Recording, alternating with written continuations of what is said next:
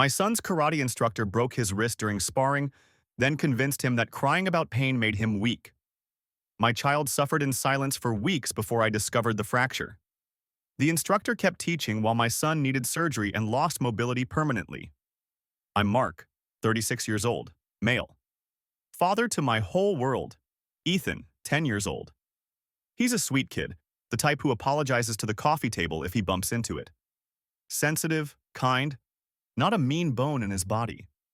Which is exactly why what happened with his karate instructor still makes me want to put my fist through a wall. When Ethan first asked to join karate, I was thrilled. I grew up watching Bruce Lee movies with my dad, but I never had the chance to take lessons myself. Ethan was nervous. He's not naturally aggressive, more of a bookworm, but I thought martial arts would help build his confidence, give him discipline and self-defense skills. So I signed him up at this local dojo run by a guy named Brent, late 40s, male. Brent was one of those men who walked into a room and immediately needed everyone to know he was in charge. Buzz cut, stocky, with that intense, bug-eyed stare like he was sizing you up for a fight even while saying hello. At first, I mistook it for passion. He barked orders, demanded respect, but parents told me he was old school and that kids came out stronger for it. And Ethan adored him. Brent called him champ during warm-ups, and my kid's whole face would light up like the sun.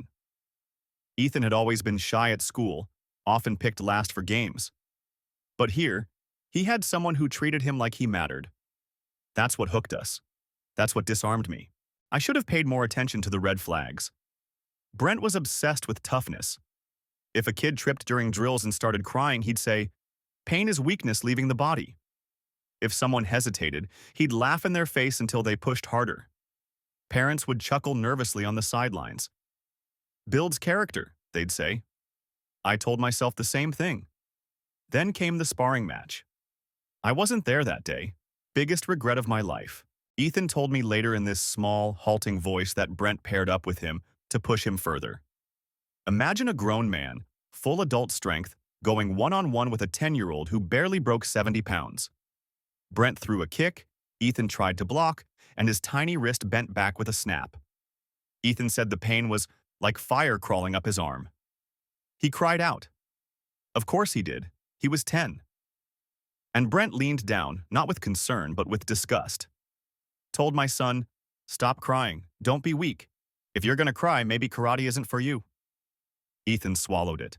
He bit down on his lip so hard he left marks.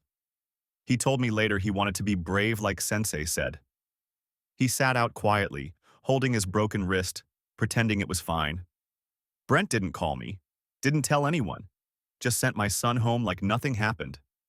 For weeks, Ethan carried that pain in silence.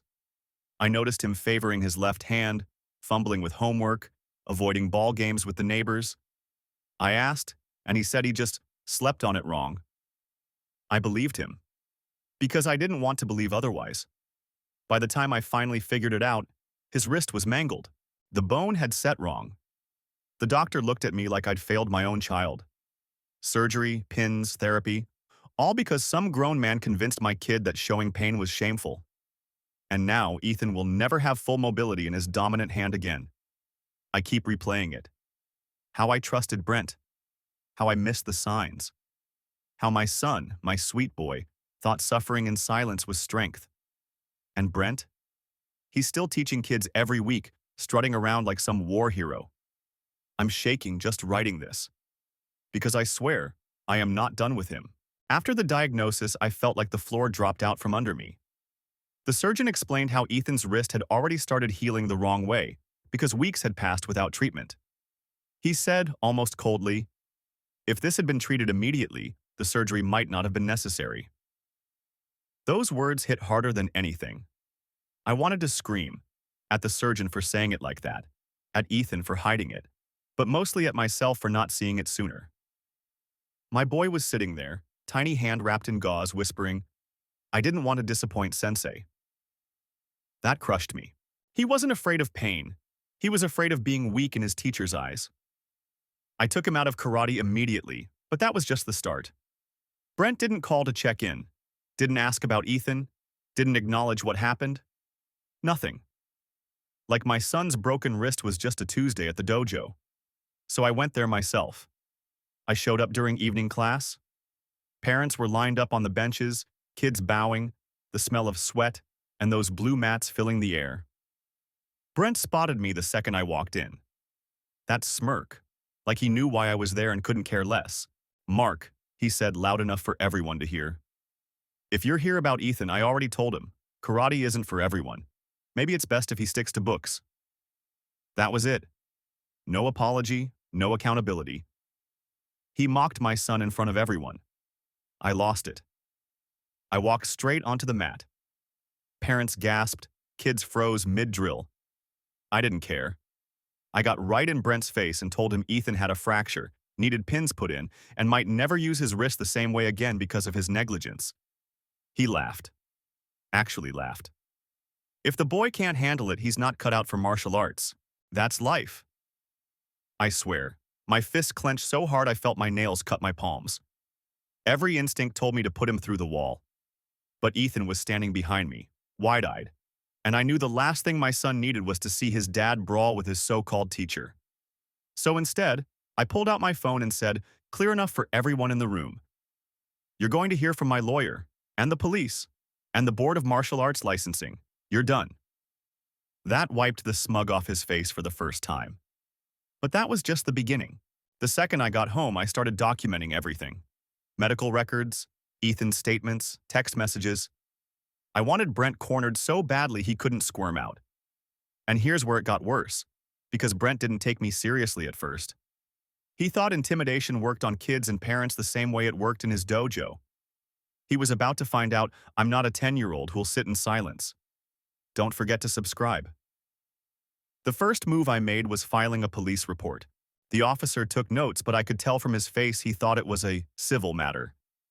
Still, I handed over everything: the medical report, the surgeon's notes, and Ethan's own quiet testimony about how Brent told him not to cry. The officer promised to look into it, but I knew not to rely only on them. So I doubled down. I called the State Martial Arts Licensing Board. I emailed every parent whose number I had from the dojo contact list, explaining what happened and attaching the x-rays.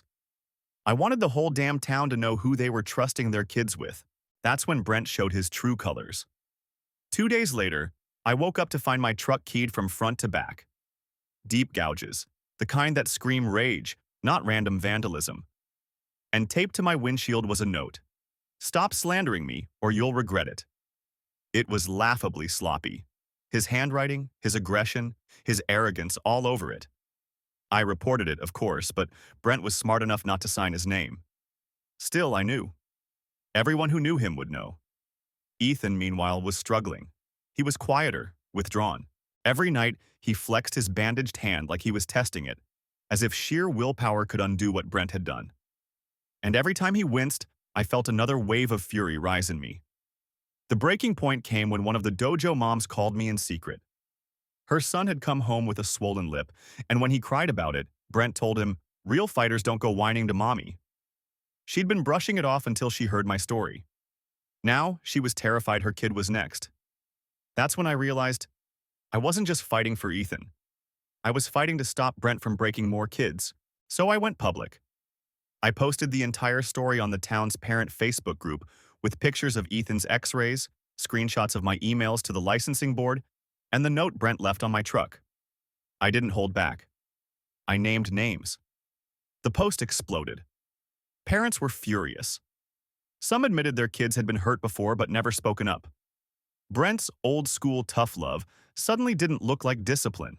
It looked like abuse. And that's when Brent snapped. He stormed into Ethan's elementary school one afternoon, unannounced, demanded to speak with me and the principal, shouting in the lobby about lies and defamation. They had to call security to drag him out. Ethan saw everything from the hallway. He came home shaking, saying, "Dad, Sensei looked like he wanted to hurt you." That was the moment I knew. This wasn't just about justice anymore. Brent was unstable, dangerous, and not above trying to intimidate a kid again. If he wanted a fight, he picked the wrong dad. After the school incident, things spiraled fast. The principal filed a formal report with the district about Brent's outburst, and that added weight to my police complaint. But Brent wasn't backing down. If anything, He was unraveling. 2 nights later, my doorbell rang at midnight. When I opened it, there was nobody there. Just a smashed picture frame on the porch. Our last family photo before Ethan's accident. Glass everywhere. I knew exactly who left it. That was Brent's message.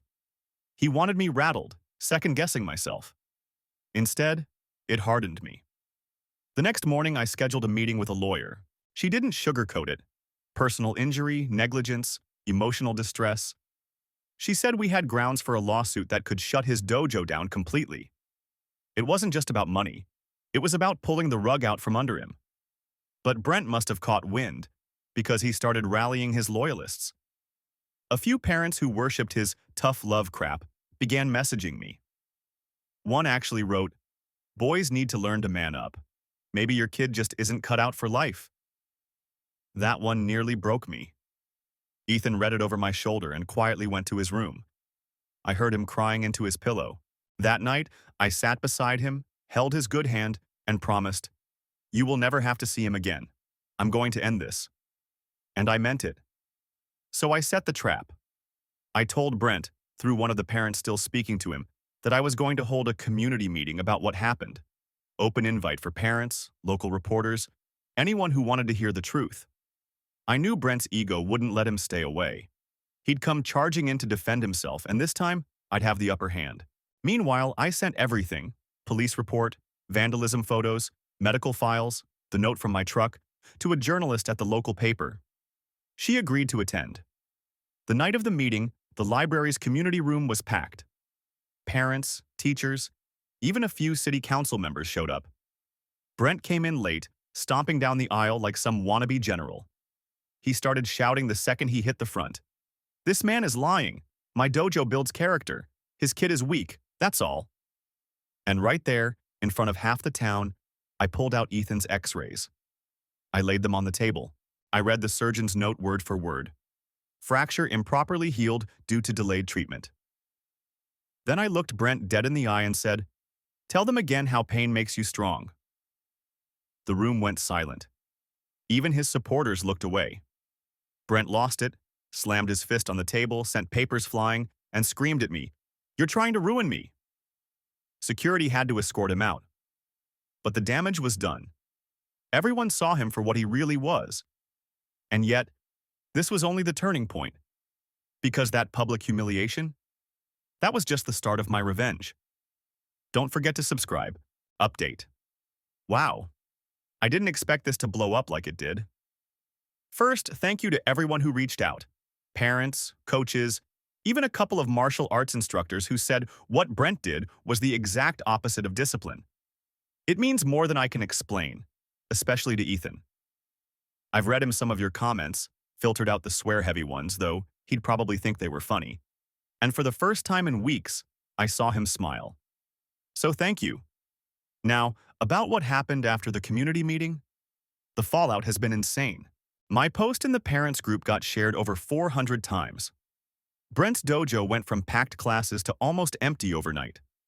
3 different families pulled their kids out immediately after the meeting. I heard from one dad who demanded a refund, and Brent screamed at him in the parking lot until another parent threatened to call the cops. Brent also hasn't slowed down on the threats. 2 days after the meeting, I found my garbage can tipped over and spray paint on the side of my fence. Liar. Real original. My lawyer told me to keep documenting everything, and trust me, I've got a whole folder now. Photos, timestamps, witness accounts.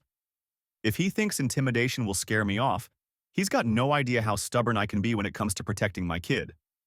A lot of you told me to burn his dojo to the ground. Metaphorically, not literally. Though some of y'all sounded pretty serious, lol. And you're right. The public humiliation was step 1. But this isn't over. Brent's still licensed, still technically able to teach, still pretending he's the tough guy mentor instead of what he really is, a bully who broke a child and laughed about it. So yeah, I'm going further. Ethan deserves more than just Brent being embarrassed. He deserves closure. He deserves to see that the man who told him crying made him weak gets exposed as the coward he really is. And I've got a plan for that. Stay tuned. After the meeting, Brent's dojo was bleeding students, but the man still strutted around like he was untouchable. He kept posting on Facebook about snowflake parents and how the weak don't survive. His loyalists, what few were left, liked and shared, but you could see the desperation between the lines. That's when I decided humiliation wasn't enough. I wanted to end his career. Step 1 was the licensing board. I compiled a full dossier: Ethan's x-rays, my police report, the photos of vandalism, and sworn statements from the parents whose kids had been hurt. I sent it all in one package. My lawyer told me cases like this usually drag, but once they saw the medical documentation and evidence of intimidation, they moved fast. Step 2 was symbolic. Brent always bragged about his black belt lineage, how he'd been trained in some elite system with honor and tradition. So I reached out to his supposed teacher, an elderly master who ran a school in another state. I emailed him the same package I'd sent the board. 2 days later, I got a short reply. "Thank you for informing me. Brent no longer represents our school. His belt rank is hereby revoked." That was the crack I wanted. Brent's entire image was built on that belt. Without it, he was just an angry man in a GI. But the real revenge came at the tournament. Every spring, Brent's dojo hosted a regional karate event. He hyped it up constantly, bragging that it was his legacy. Parents would bring relatives, schools would send teams. It was his moment to shine. This year, attendance had already thinned, but he was still holding it. So I went. I didn't go quietly either. I walked in with Ethan at my side, his wrist brace still visible, and a stack of flyers in my hand. Each flyer had Ethan's x-ray on one side and Brent's threatening note on the other. "This is what happens when you trust your kids to Brent." That was the headline. We passed them out to every parent in the bleachers. By the time Brent came striding out to give his opening speech, half the crowd was already whispering and holding those papers. When his name was called over the microphone, the reaction wasn't cheers. It was murmurs. One dad actually stood up and shouted, "Hey Brent, why don't you tell us how you break 10-year-olds' wrists and call them weak?" The room went dead quiet. Brent tried to laugh it off, but his face was red, sweat dripping down his temples. Then, like fate itself wanted him destroyed, his former master's statement circulated. One of the other instructors in attendance had printed it and passed it around. Brent had been officially stripped of rank. I'll never forget the sight of him standing there, microphone in hand, as parents and coaches turned their backs and started filing out. His tournament collapsed in real time. Ethan squeezed my hand and whispered, "Dad." He looked scared. And he was. For the first time, Brent wasn't the bully. He was the one cornered. After the tournament humiliation, Brent was finished professionally. Within a week, his dojo was shut down. Parents pulled their kids, the board suspended his license pending investigation, and with his black belt revoked, he had nothing left to prop himself up.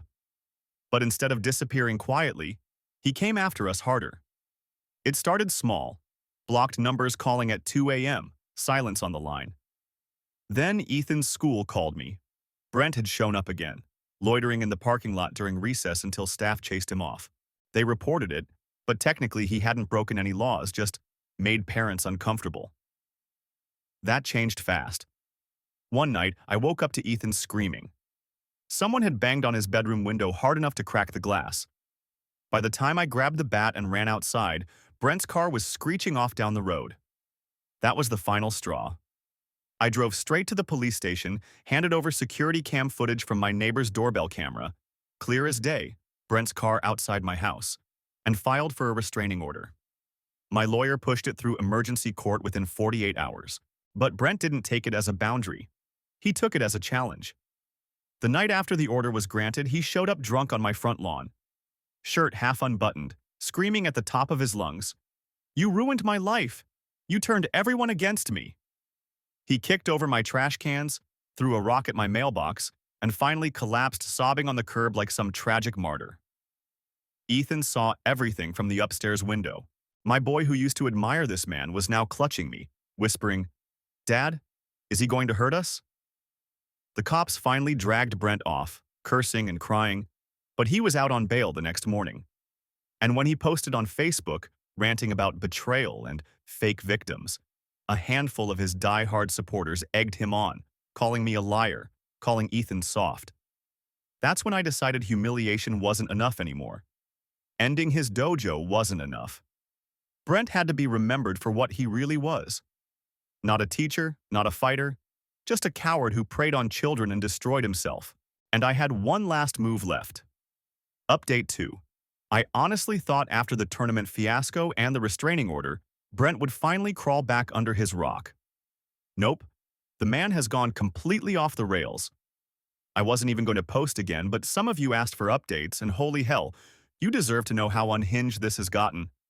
So, remember how I said he got arrested on my lawn? Cops dragged him away screaming about how I stole his legacy. Well, he was out less than 12 hours later. Next day, he went live on Facebook. I swear it was like watching a train wreck in real time. He's pacing in his living room, beer in hand, ranting about weak parents and how society punishes strong men. At one point, he holds up a katana, yes, a damn katana, and says, "This is the warrior spirit they can't take from me." The comments were brutal. Half the town roasted him. The other half begged him to get help. And here's the part that made my blood run cold. During that live stream, he mentioned Ethan by name. Said my son betrayed him by turning soft. I saved the video, sent it to my lawyer, sent it to the cops. They added it to the pile. Meanwhile, Ethan's been having nightmares.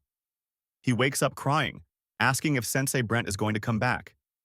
Every time I reassure him, I feel that same rage bubbling up, the kind that makes you want to do more than just press charges. I'm not going to lie, some of your comments after my first update stuck in my head. People saying, make sure his name is mud forever. Don't just end his dojo, end his reputation. One person even joked about making him a cautionary tale at every PTA meeting. At first I laughed. Now? I'm thinking bigger, because Brent isn't just unstable.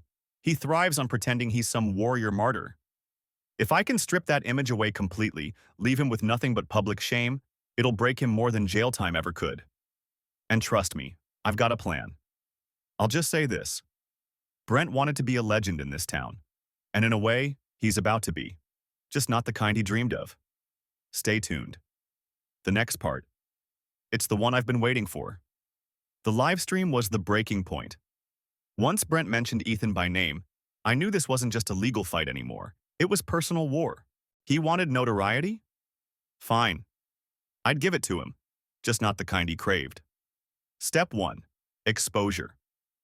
I took that live stream video, clipped the part where he waved a katana around while slurring about weak children, and sent it to every news outlet within 200 miles. A local journalist, same one who'd covered the community meeting, ran it on the evening segment with the headline, "Former karate instructor melts down online, threatens children by name." Overnight, Brent went from small-town tough guy to viral embarrassment. Even people outside our state were laughing at him. Step 2. The legacy hit. Brent's dojo had this ugly wooden sign with his name burned into it. Brent's Martial Academy. It was his pride, the symbol of everything he thought he built. I got a tip from a former student's dad who still had a key. Brent had never changed the locks after they quit. One night, with permission, we walked in, filmed the place. Mats torn, gear scattered, an empty shell of what it used to be. Then, we filmed Ethan standing in front of that cracked old sign, wrist brace still on, holding up his X-ray and saying quietly, "This is what Sensei Brent did to me." I posted that video online. No angry speech, no theatrics. Just the truth, straight from Ethan. And it spread like wildfire. Parents shared it, teachers shared it, even a couple of martial arts associations reposted it as an example of what not to do. Brent's reputation was gone, utterly gutted.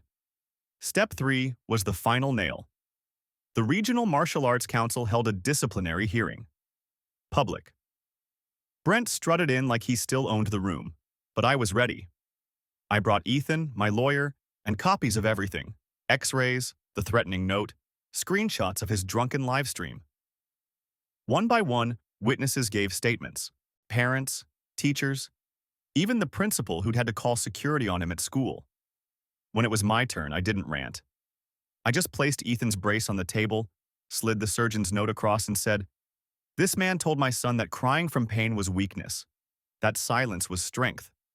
And because of him, my child will never fully use his wrist again. You could feel the air go out of the room. The council stripped him permanently of every rank, every title, every recognition. He wasn't just suspended, he was blacklisted. Couldn't teach, couldn't affiliate, couldn't even claim to be a black belt anymore. In the martial arts world, that's death. Brent stormed out, screaming about conspiracies and betrayal, but nobody followed. Nobody cared. When we got home, Ethan looked at me and whispered, "Dad, we won, didn't we?" And for the first time, I could honestly tell him yes. After the council hearing, Brent was done in every way that mattered. But men like him don't fade out quietly. They burn down around themselves. 2 nights later, he tried one last stunt. I woke to the sound of tires screeching outside. Brent had parked across the street, blasting some heavy metal song from his car, screaming at the top of his lungs, "Liars! Cowards! You ruined me!" He hurled empty beer bottles at the pavement, one shattering against my curb. I called the cops immediately. This time, with the restraining order in place and video proof from my security cams, they didn't hesitate. He was tackled in the street, cuffed, and hauled away while still thrashing and shouting. Ethan stood at the window watching, his eyes wide, but instead of scared, he looked almost relieved. The next morning, the local paper ran the headline, "Disgraced karate instructor, arrested again after violating restraining order." His mugshot said it all: wild eyes, swollen face, the look of a man who had finally lost everything. And that was it. No dojo, no rank, no reputation, just a man whose name was now synonymous with child endangerment. For Ethan, the healing wasn't instant.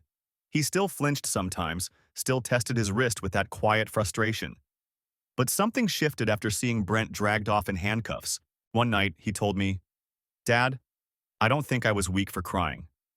I think he was weak for making me afraid to." That broke me in the best way. My son, 10 years old, finally understood what I had been trying to teach him all along. The sweet part of the revenge wasn't just Brent losing everything. It was Ethan reclaiming his strength, not in silence, not in toughness, but in knowing that speaking up mattered. That being hurt doesn't make you weak. Now, months later, people in town still talk about Brent, but not like he wanted. His name is a cautionary tale, whispered with disgust. Parents tell their kids, "Don't ever let someone like that tell you how to be strong." And Ethan? He's moved on. He's sketching again with his good hand, writing short stories, even talking about trying music lessons. He may never throw a perfect punch, but he's braver than anyone Brent ever pretended to be. As for me, I don't regret a single step. I didn't just fight for my son's wrist. I fought for his voice. And together, we made sure Brent's was silenced forever.